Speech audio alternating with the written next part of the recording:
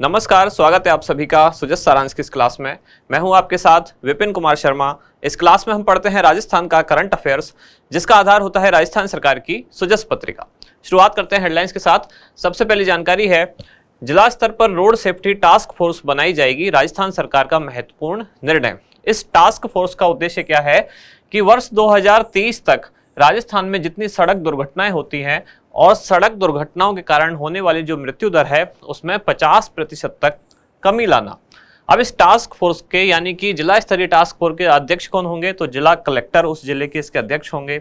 इसके सदस्य कौन कौन होंगे, इसका कार्यकाल क्या क्या होगा, या इसका और विवरण जो है ये काम कैसे करेगी, ये सारी जानकारियां आज हम पढ़ने वाले हैं। अगली जानकारी है, राज्य में वीर शिरोमणि महाराणा प्रताप बोर्ड का गठन होगा। अब इस बोर्ड में अध्यक्ष, उपाध्यक्ष सहित कुल 7 सदस्य होंगे। अब इस बोर्ड का भी क्या उद्देश्य है, कैसे काम करेगा, ये सारी जानकारियां भी देखेंगे। उदयपुर में मुख्यमंत्री थे, यहां उन्होंने कल नए अस्पताल भवन का निर्माण समय पर पूरा हो, ऐसा उन्होंने कहा है। और उदयपुर सर्किट हाउस में मुख्यमंत्री द्वारा जन सुनवाई की गई।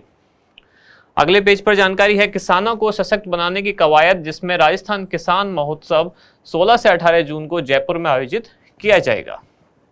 आगे बढ़ते हैं, डिस्कॉम में 6 अनुकंपा नियुक्ति।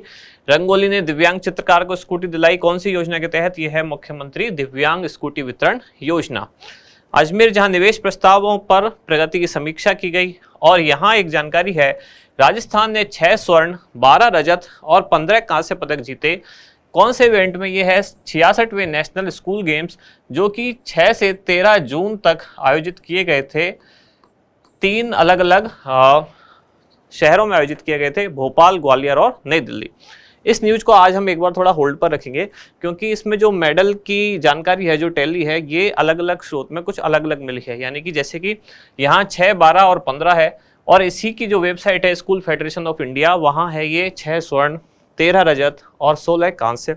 इसके अलावा हम जो हर दिन पढ़ रहे थे, अगर जो हर दिन इस स्कूल गेम के जो मेडल जीतते हुए आ रहे थे खिलाड़ी, उनको भी अगर कैलकुलेट करें, उनकी गणना करें, तो उसके आधार पर भी ये थोड़ा सा इनकी जो फाइनल डिजिट है वो डिफरेंट आ रही है। तो उसमें क्या कंफ्यूजन है उसको एक साथ पहले क्लियर करके फिर इसको नेक्स्ट क्लास में डिस्कस करते हैं।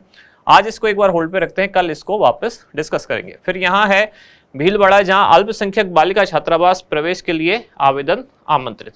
इसको होल्ड पर रखने का कारण यह है, अलग अलग सोर्स में अलग अलग जानकारी है। हो सकता है यहाँ अपडेट ना हुआ हो, क्योंकि स्कूल फेडरेशन ऑफ इंडिया की वेबसाइट पर आंकड़ा कुछ अलग है। तो फाइनल एक बार कल इसको देखेंगे। फिर यहाँ है, राज किसान साथी पोर्टल में किसानों का जीवन हुआ आसान। तो राज किसान साथी पोर्टल क्या है, उद्देश्य क्या है, ये सब जानने वाले हैं।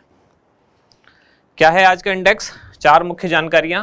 कौन कौन सी, सबसे पहली रोड सेफ्टी टास्क फोर्स, दूसरी है महाराणा प्रताप बोर्ड के गठन को मंजूरी, तीसरी राजस्थान किसान महोत्सव, और उसके बाद है राज किसान साथी पोर्टल। शुरुआत करेंगे रोड सेफ्टी टास्क फोर्स। तो मुख्यमंत्री द्वारा अभी घोषणा की गई कि हर जिले में जिला स्तर पर एक टास्क फोर्स गठित की जाएगी, जिसका नाम है रोड सेफ्टी टास्क फोर्स।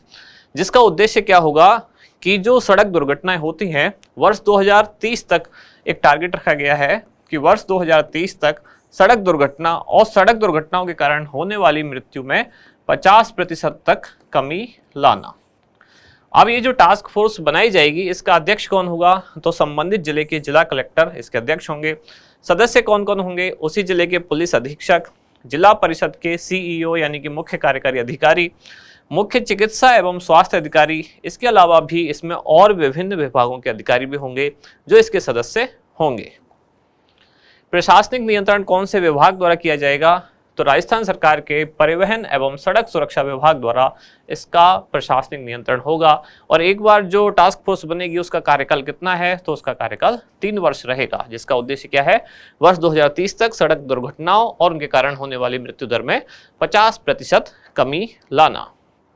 अब ये टास्क फोर्स कैसे काम करेगी, तो ये सड़क दुर्घटनाओं के जो भी प्रकरण हैं उन पर रिसर्च करेगी, अनुसंधान करेगी, उनका एनालिसिस यानी कि विश्लेषण करेगी, इम्पैक्ट असेसमेंट देखेगी, कैसे वो इम्पैक्ट हुआ, फील्ड सर्वे करेगी कि क्या सड़क की बनावट में ही कोई डिफेक्ट है या कुछ और रीजन है। तो ये सारे जो भी रिसर्च होंगे उन सब की ये मॉनिटरिंग भी करेगी, यानी कि देखेगी क्या कारण है कि सड़क दुर्घटनाएं इतनी हो रही हैं। सड़क सुरक्षा से संबंधित विभिन्न जो प्रतिष्ठित संस्थान हैं, संस्थानों के विशेषज्ञों की सेवाओं के लिए उनसे समन्वय भी स्थापित करेगी, यानी कि अलग अलग डिपार्टमेंट के जो एक्सपर्ट हैं, जैसे कि सड़क डिजाइनिंग को लेके या सड़क निर्माण को लेके जो एजेंसियां हैं, उन सब से सहयोग लेगी, समन्वय स्थापित करेगी और उन कारणों का पता लगाएगी। उसके बाद उनका निराकरण करेगी ताकि सड़क दुर्घटनाओं में कमी लाई जा सके। और कमी भी कितनी, वर्ष 2030 तक 50% तक कमी लाई जा सके। इसके बाद महाराणा प्रताप बोर्ड के गठन को मंजूरी। तो 22 मई 2023 को जब मुख्यमंत्री कहाँ थे, उदयपुर में, उनके द्वारा ये घोषणा की गई थी कि वीर शिरोमणि महाराणा प्रताप बोर्ड का गठन किया जाएगा। तब घोषणा की गई थी। अब इस प्रस्ताव को मंजूरी प्रदान कर दी गई है, इसलिए आज हम इसको पढ़ रहे हैं, जिसका उद्देश्य क्या है कि महाराणा प्रताप के जो महान जीवन चरित्र है उससे जो युवा पीढ़ी है उसको अवगत कराना, ताकि वो उसके अनुगामी बन सके। अनुगामी यानी कि पीछे चलने वाला, यानी कि जो सीख सके महाराणा प्रताप के जीवन चरित्र से और वो खुद उनको फॉलो कर सके, उनका फॉलोअर बन सके। सदस्य कौन कौन होंगे इस बोर्ड के? अध्यक्ष, एक उपाध्यक्ष, इन दोनों को मिलाकर कुल 7 सदस्य, यानी अध्यक्ष उपाध्यक्ष प्लस 5, कुल मिलाकर कुल 7 सदस्य होंगे, जिसमें अध्यक्ष और उपाध्यक्ष भी शामिल हैं। इनके अलावा सचिव भी होंगे और कार्यकारी स्टाफ भी होगा, वो अलग से होगा, यानी कि इन 7 में उसकी गिनती नहीं की जाएगी। बोर्ड कैसे काम करेगा इसके बारे में डिटेल पढ़ते हैं। तो यह बोर्ड क्या करेगा, महाराणा प्रताप पर आधारित जो हेरिटेज है, पुरातात्विक धरोहर है, उनका संरक्षण करेगा, नव निर्माण करेगा। देश की विभिन्न भाषाओं में रचित जो साहित्य है महाराणा प्रताप के ऊपर, जो भी जिस भी भाषा में रचा हुआ साहित्य है, उन सभी का संकलन करेगा, संरक्षण करेगा, शोध करेगा, प्रकाशन एवं प्रचार प्रसार करेगा। कुल मिलाकर महाराणा प्रताप के ऊपर जो भी लिटरेचर है, जो भी हेरिटेज है, उसको कलेक्ट करेगा और उसका संरक्षण करेगा, साथ ही प्रचार प्रसार करेगा। बोर्ड के जरिए विभिन्न कक्षाओं के पाठ्यक्रमों में भी महाराणा प्रताप से जुड़ी जो सामग्री, जो विषय वस्तु है, उसका समावेशन किया जाएगा। स्कूल के विद्यार्थियों में, कॉलेज स्तर के विद्यार्थियों में भी महाराणा प्रताप से संबंधित जो जानकारी है उसको पाठ्यक्रमों में शामिल किया जाएगा। साथ ही महाराणा प्रताप के नाम से राष्ट्रीय अंतर्राष्ट्रीय पुरस्कारों की भी शुरुआत की जाएगी।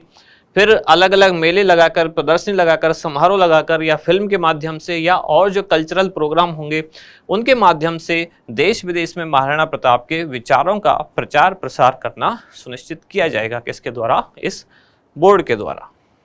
अगली जानकारी है राजस्थान किसान महोत्सव, जो कि 16 से 18 जून 2023 यानी कि 3 दिवसीय ये महोत्सव है, जो जयपुर में आयोजित किया जाने वाला है। किसान महोत्सव, इसका उद्देश्य क्या है?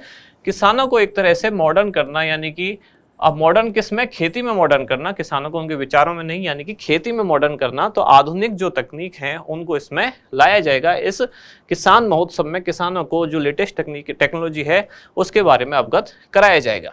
राज्य के किसानों को सशक्त बनाने वाली नवीनतम जो तकनीक है और उनकी जानकारी उनको दी जाएगी, ताकि किसान नवीन तकनीक के प्रति जागरूक हो सके। साथ ही इससे अल्टीमेटली क्या होगा, किसान अगर मॉडर्न टेक्नोलॉजी का यूज करते हैं तो क्या होगा, फसलों के उत्पादन में और किसान की आय में वृद्धि होगी। तो यही इसके 2 मुख्य उद्देश्य हैं। इससे क्या होगा इस आयोजन से, यानी कि जो किसान महोत्सव होने वाला है, इससे एक मंच मिलेगा। किन किन को एक मंच मिलेगा? जो किसान हैं, शिक्षाविद हैं, यानी कि जो एजुकेशन जो क्या बोलते हैं, एग्रीकल्चर एजुकेशन से जो जुड़े हुए शिक्षाविद हैं वो हैं। इसके अलावा तकनीकी विशेषज्ञ जो है, कृषि व्यवसाय से जुड़ी हुई विभिन्न कंपनियां हैं, साथ ही जो नीति निर्धारक हैं, ये सभी, इन सभी को एक मंच उपलब्ध कराया जा सकेगा। यानी कि किसान जो फसल उगाता है, कृषि विशेषज्ञ, शिक्षाविद जो नई नई टेक्नोलॉजी के बारे में विभिन्न खोज अनुसंधान करते हैं, तकनीकी विशेषज्ञ जो कि कृषि क्षेत्र में काम आने वाली मशीन और उनकी तकनीक पर शोध करते हैं, साथ ही कृषि व्यवसाय से जुड़ी हुई विभिन्न कंपनियां जो उन उत्पाद को मार्केट में कैसे ज़्यादा से ज़्यादा यूजफुल बनाया जा सके उस पर काम करती हैं, और विभिन्न जो नीति निर्धारक हैं, यानी कि सरकार के अधिकारी हैं, प्रशासनिक अधिकारी वगैरह, उन सभी को एक मंच उपलब्ध कराया जाएगा। 3 दिवसीय ये महोत्सव होगा, जिसमें कृषि, उद्यानिकी और पशुपालन, इन 3 अलग अलग विषयों पर एक साथ एक ही दिन में 3 चौपालें आयोजित की जाएंगी। क्या होगा इन चौपालों में?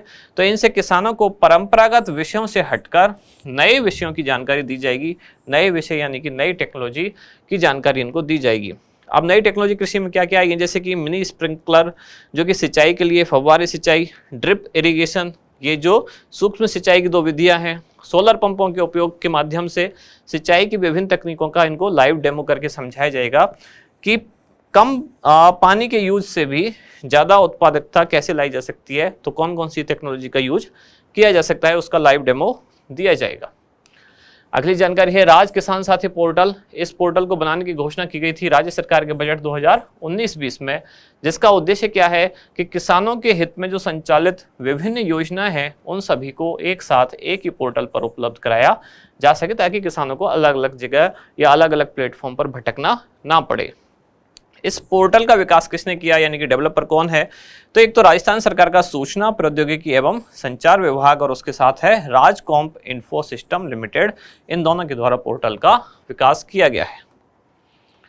अब इसमें किसान अपने आप को रजिस्टर कैसे करा सकता है, आवेदन कैसे कर सकता है या जानकारी कैसे प्राप्त कर सकता है? तो या तो SSO ID के माध्यम से या जनाधार ID का प्रयोग करते हुए एक बार तैयार किए गए जो प्रोफाइल है उसके माध्यम से कृषकों द्वारा विभाग से संबंधित विभिन्न योजनाओं के लिए आवेदन आमंत्रित किए जा सकते हैं और आवेदक ई-मित्र केंद्र के माध्यम से भी आवेदन करने की सुविधा प्राप्त कर सकता है। आज का अभ्यास प्रश्न क्या है?